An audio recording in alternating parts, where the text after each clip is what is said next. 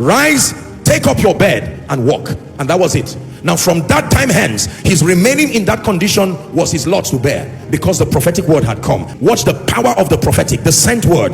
Go to the sea and cast your hook and take the first fish. Can you imagine this?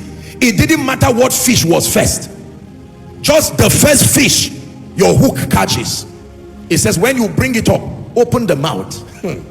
The prophetic is powerful. It is always unusual. How do you get coin from a fish? A fish, most fishes that are beyond a certain size, in fact even great sizes, they may not have that power to just break a coin. And then who threw the coin there? But when prophecy comes, unusual things.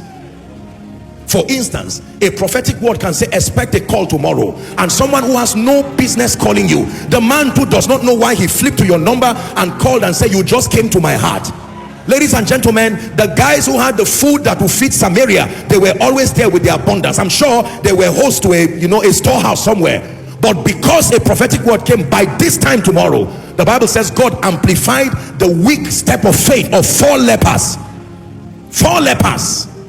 4 lepers.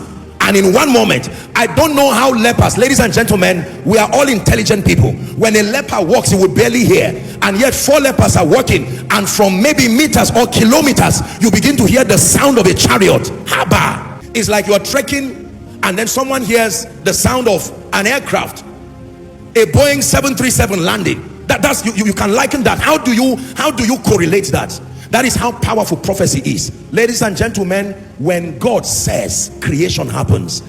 Listen, the moment God begins to speak, suspend science for a while.